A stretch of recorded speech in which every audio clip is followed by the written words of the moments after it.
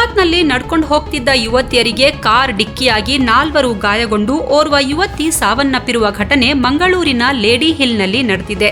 Lady ಹಿಲ್ನ ಫುಟ್ಪಾತ್ನಲ್ಲಿ ಯುವತಿಯರು ನಡೆದುಕೊಂಡು ಹೋಗ್ತಿದ್ರು.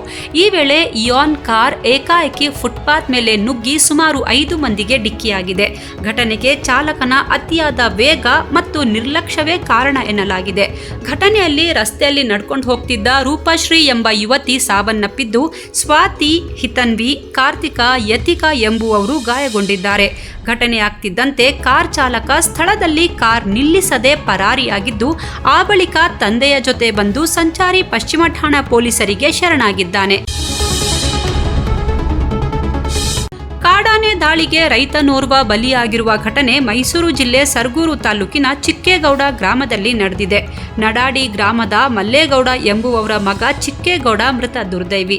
ನಿನ್ನೆ ಬೆಳಗ್ಗೆ ದನದ ಸಗಣಿಯನ್ನ ಮೊಳೆಯೂರು ಅರಣ್ಯ ವಲಯದ ವ್ಯಾಪ್ತಿಯ ಸಮೀಪದಲ್ಲಿರುವ ಜಮೀನಿಗೆ ಹಾಕಲು ತೆರಳಿದ್ದ ವೇಳೆ ಕಾಡಾನೆ ದಾಳಿ ಮಾಡಿದೆ.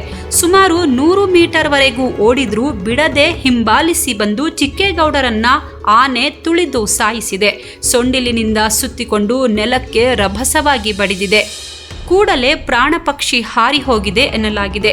ಕಾಡಾನೆಗಳ ಹಾವಳಿ ನಿಯಂತ್ರಿಸದ ಅರಣ್ಯಾಧಿಕಾರಿಗಳ ವಿರುದ್ಧ ಸ್ಥಳೀಯರು ಆಕ್ರೋಶ ವ್ಯಕ್ತಪಡಿಸಿದ್ದಾರೆ.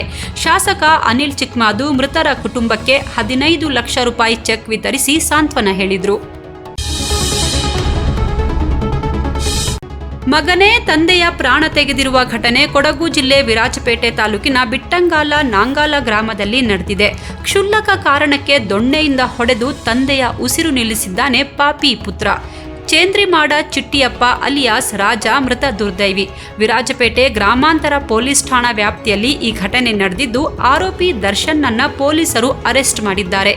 ಈ ಘಟನೆಯಿಂದ ವಿರಾಜಪೇಟೆ ತಾಲೂಕಿನ ಜನ ಬೆಚ್ಚಿ ಬಿದ್ದಿದ್ದಾರೆ. ಬಿಜೆಪಿಯಲ್ಲಿ ಸಮರ್ಥ ನಾಯಕತ್ವ ಇಲ್ಲದ ಕಾರಣ ಪಕ್ಷದ ಕೆಲ ಮಾಜಿ ಸಚಿವರು ಹಾಗೂ ಮಾಜಿ ಶಾಸಕರು ಪಕ್ಷ ಬಿಡುವ ಕುರಿತು ನನ್ನೊಂದಿಗೆ ಚರ್ಚಿಸಿದ್ದಾರೆ ಎಂದು ಮಾಜಿ ಸಚಿವ ಎಂಪಿ ರೇಣುಕಾಚಾರ್ಯ ಸ್ಫೋಟಕ ಬಾಂಬ್ ಸಿಡಿಸಿದ್ದಾರೆ.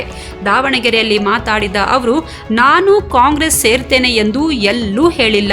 ಕಾಂಗ್ರೆಸ್ ನಾಯಕರನ್ನ ಭೇಟಿಯಾಗಿ ಹೊನ್ನಾಳಿ, ನ್ಯಾಮತಿ ತಾಲೂಕುಗಳನ್ನು ಬರಪಟ್ಟಿಗೆ ಸೇರಿಸಲು ಒತ್ತಾಯಿಸಿದ್ದೆ. ಇದನ್ನೇ ತಪ್ಪಾಗಿ ಬಿಂಬಿಸಲಾಗಿದೆ ಎಂದು ಸ್ಪಷ್ಟಪಡಿಸಿದರು. ಲೋಕಸಭಾ ಚುನಾವಣೆಗೆ ಸ್ಪರ್ಧಿಸುತ್ತೇನೆ ಎಂದು ಎಲ್ಲೂ ಹೇಳಿಲ್ಲ. 2019ರಲ್ಲಿ ಸಂಸದ ಜಿಎಂ ಸಿದ್ದೇಶ್ವರ ಅವರು ಇದು ತಮ್ಮ ಕೊನೆಯ ಚುನಾವಣೆ ಎಂದು ಹೇಳಿದರು. ಹೊನ್ನಾಳಿ, ನ್ಯಾಮತಿ ತಾಲೂಕುಗಳ ಕಾರ್ಯಕರ್ತರು ಹಾಗೂ ಮುಖಂಡರ ಒತ್ತಾಯದ ಮೇರೆಗೆ ಈ ಬಾರಿ ಲೋಕಸಭಾ ಚುನಾವಣೆ ಟಿಕೆಟ್ ಆಕಾಂಕ್ಷಿ ಎಂದು ಹೇಳಿದ್ದೆ ಎಂದು ಸ್ಪಷ್ಟನೆ ಕೊಟ್ಟರು. ಅದಾನಿ, ಅಂಬಾನಿಯನ್ನ ಪೋಷಿಸಿ ಬೆಳೆಸುತ್ತಿರುವ ನರೇಂದ್ರ ಮೋದಿಯನ್ನ ಮುಂಬರುವ ಲೋಕಸಭಾ ಚುನಾವಣೆಯಲ್ಲಿ ದೇಶದ ಜನ ಸೋಲಿಸಿ ಮನೆಗೆ ಕಳಿಸುವ ಸಮಯ ಬಂದಿದೆ ಎಂದು ಅಬಕಾರಿ ಸಚಿವ ಆರ್.ಬಿ. ತಿಮ್ಮಾಪುರ ಹೇಳಿದರು. ಚಿತ್ರದುರ್ಗದಲ್ಲಿ ಮಾತಾಡಿದ ಅವರು, ಕೋಮುವಾದಿ ಬಿಜೆಪಿಯನ್ನ ದೇಶದಿಂದ ಹೊರಹಾಕಬೇಕಿದೆ. ರಾಜ್ಯದಲ್ಲಿ ಬರಗಾಲವಿದ್ದು ರೈತರು, ಜನಸಾಮಾನ್ಯರು ತತ್ತರಿಸುತ್ತಿದ್ದರೂ ಚಕಾರವೆತ್ತದ ಪ್ರಧಾನಿ ಮೋದಿ ವಿದೇಶ ಪ್ರವಾಸಗಳಲ್ಲಿ ತಲ್ಲೀನರಾಗಿದ್ದಾರೆ. ಜಾತಿ ಧರ್ಮಗಳ ನಡುವೆ ಕಿತ್ತಾಟವಿಟ್ಟು ಜನರನ್ನ ದಿಕ್ಕು ತಪ್ಪಿಸುತ್ತಿರುವುದು ಅವರಿಗೆ ಶೋಭೆಯಲ್ಲ. ರಾಷ್ಟ್ರದ ವಿಚಾರಕ್ಕಾಗಿ ಎಂದಿಗೂ ಅವರು ವಿದೇಶಕ್ಕೆ ಹೋಗಿಲ್ಲ. ಪ್ರಶ್ನಿಸುವವರನ್ನ ಹೆದರಿಸಿ ಗೂಂಡಾಗಿರಿ ರಾಜಕಾರಣ ನಡೆಸುತ್ತಿದ್ದಾರೆಂದು ಟೀಕಿಸಿದರು. ಶಿವಮೊಗ್ಗದ ರಾಗಿಗುಡ್ಡದಲ್ಲಿ ನಡೆದ ಗಲಭೆ ಪ್ರಕರಣ ಸಂಬಂಧ ಭೇಟಿ ನೀಡಲು ಹೊರಟಿದ್ದ ಶ್ರೀರಾಮ ಸೇನಾ ಮುಖ್ಯಸ್ಥ ಪ್ರಮೋದ್ ಮುತಾಲಿಕ್ಗೆ ಶಿವಮೊಗ್ಗ ಜಿಲ್ಲಾಡಳಿತ 30 ದಿನಗಳ ಕಾಲ ನಿರ್ಬಂಧ ಹೇರಿದೆ. ಶಿವಮೊಗ್ಗಕ್ಕೆ ಹೊರಟಿದ್ದ ಪ್ರಮೋದ್ ಮುತಾಲಿಕ್ರನ್ನ ಮಾರ್ಗ ಮಧ್ಯೆ ತಡೆದು ದಾವಣಗೆರೆಗೆ ಕರೆತಂದಿದ್ರು. ಈ ಕುರಿತು ದಾವಣಗೆರೆಯಲ್ಲಿ ಪ್ರತಿಕ್ರಿಯಿಸಿದ ಪ್ರಮೋದ್ ಮುತಾಲಿಕ್, ನನ್ನ ಭೇಟಿಗೆ ನಿರ್ಬಂಧ ವಿಧಿಸಿರುವ ಬಗ್ಗೆ ಕೋರ್ಟ್ ಮೊರೆ ಹೋಗುವೆ ಅಂತ ಹೇಳಿದ್ರು. ರಾಗಿಗುಡ್ಡದ ಸಂತ್ರಸ್ತ ಹಿಂದೂಗಳಿಗೆ ಸಾಂತ್ವನ ಹೇಳುವುದು ನನ್ನ ಉದ್ದೇಶವಾಗಿತ್ತು. ಆದರೆ ನನ್ನನ್ನ ತಡೆದು ಪೊಲೀಸರು ದೌರ್ಜನ್ಯವೆಸಗಿದ್ದಾರೆ. ಮುಖ್ಯಮಂತ್ರಿ ಸಿದ್ದರಾಮಯ್ಯ ಹಿಂದೂ ಧರ್ಮದ ವಿರೋಧಿ. ಸಿದ್ದರಾಮಯ್ಯ ಕುಮ್ಮಕ್ಕಿನಿಂದಲೇ ಇಂತಹ ಘಟನೆಗಳು ನಡೆಯುತ್ತಿದೆ ಎಂದು ಕಿಡಿಕಾರಿದ್ರು. ಇಸ್ರೇಲ್ ಮೇಲೆ ರಾಕೆಟ್ ದಾಳಿ ನಡೆಸಿ ಸಿಕ್ಕವರನ್ನ ಗುಂಡಿಕ್ಕಿ ಕೊಂದು 4,000 ಜನರ ಸಾವಿಗೆ ಕಾರಣವಾಗಿರುವ ಪ್ಯಾಲೆಸ್ತೀನ್ನ ಹಮಾಸ್ ಉಗ್ರರ ಪರ ಬೆಂಗಳೂರಲ್ಲಿ ಪ್ರತಿಭಟನೆ ಮಾಡಿರುವ ಎಂಜಿನಿಯರ್ ವಿದ್ಯಾರ್ಥಿಗಳ ನಡೆಯನ್ನ ಬಿಜೆಪಿ ಉಪಾಧ್ಯಕ್ಷ ಶ್ರೀನಿವಾಸ್ ದಾಸಕರಿಯಪ್ಪ ಖಂಡಿಸಿದ್ದಾರೆ. ದಾವಣಗೆರೆಯಲ್ಲಿ ಮಾತನಾಡಿದ ಅವರು, ಪ್ಯಾಲೆಸ್ತೀನ್ನ ಹಮಾಸ್ ಉಗ್ರರು ಇಸ್ರೇಲ್ನ 100 ಮಂದಿಯನ್ನ ಒತ್ತೆಯಾಳುಗಳಾಗಿ ಇಟ್ಕೊಂಡಿದ್ದಾರೆ. ಅಲ್ಲದೆ ಪ್ಯಾಲೆಸ್ತೀನ್ನ ಹಮಾಸ್ ಉಗ್ರರ ವಿರುದ್ಧ ವಿಶ್ವಾದ್ಯಂತ ಆಕ್ರೋಶ ವ್ಯಕ್ತವಾಗ್ತಿದೆ. ಹಮಾಸ್ ಉಗ್ರರ ನಾಶಕ್ಕೆ ಇಸ್ರೇಲ್ ಶಪಥ ಮಾಡಿದೆ. ಅಮೆರಿಕ ಹಾಗೂ ಬ್ರಿಟನ್ ಕೂಡ ಇಸ್ರೇಲ್ಗೆ ಇದಕ್ಕಾಗಿ ಶಸ್ತ್ರಾಸ್ತ್ರ ಒದಗಿಸಿದೆ. ಭಾರತವು ಇಸ್ರೇಲ್ ಪರ ನಿಂತಿದೆ. ಆದರೆ ಹಮಾಸ್ ಉಗ್ರರ ಪರ ಮಾತನಾಡುತ್ತಿರುವವರು, ಅವರು ಮಾಡಿದ ಕೃತ್ಯವನ್ನ ಸಮರ್ಥಿಸಿಕೊಳ್ಳುತ್ತಿರುವವರು ನಮ್ಮ ನಾಗರಿಕ ಸಮಾಜದ ನಡುವೆ ಕಂಡು ಬರ್ತಿರೋದು ಸೋಜಿಗ ಅಂತ ಹೇಳಿದ್ರು.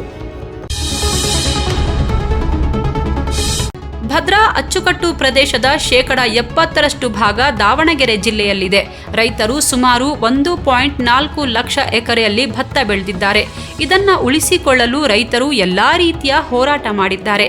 ಆದರೆ ರಾಜ್ಯ ಸರ್ಕಾರ ಸ್ಪಂದಿಸದೆ ಆನ್ ಅಂಡ್ ಆಫ್ ಪದ್ಧತಿ ಜಾರಿ ಮಾಡಿದೆ ಎಂದು ರೈತರ ಒಕ್ಕೂಟದ ಮುಖಂಡರು ಆರೋಪಿಸಿದರು. ಜಲಾಶಯದಲ್ಲಿ ಸದ್ಯ 26.678 ಟಿಎಂಸಿ ನೀರು ಲಭ್ಯವಿದೆ. ಕಾಲುವೆಗಳಿಗೆ 10 ಟಿಎಂಸಿ ನೀರು ಹರಿಸಿದ್ರೂ ಇನ್ನೂ 16.678 ಟಿಎಂಸಿ ನೀರು ಉಳಿಯಲಿದೆ. ಇಷ್ಟಾದರೂ ಭತ್ತದ ಬೆಳೆಗೆ ನಿರಂತರವಾಗಿ ನೀರು ಬಿಡ್ತಿಲ್ಲ.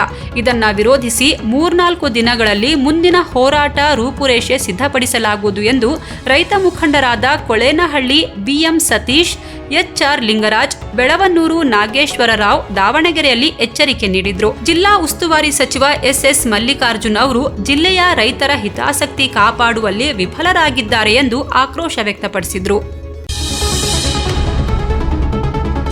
ದಾವಣಗೆರೆ ಜಿಲ್ಲೆಯಲ್ಲಿ ಈ ಬಾರಿ ಮುಂಗಾರು ಮಳೆ ಅಭಾವದಿಂದ ಈರುಳ್ಳಿ ಬೆಳೆಯುವ ಪ್ರದೇಶಗಳಲ್ಲಿ ಇಳುವರಿ ಕನಿಷ್ಠ ಮಟ್ಟಕ್ಕೆ ಕುಸಿದಿದೆ.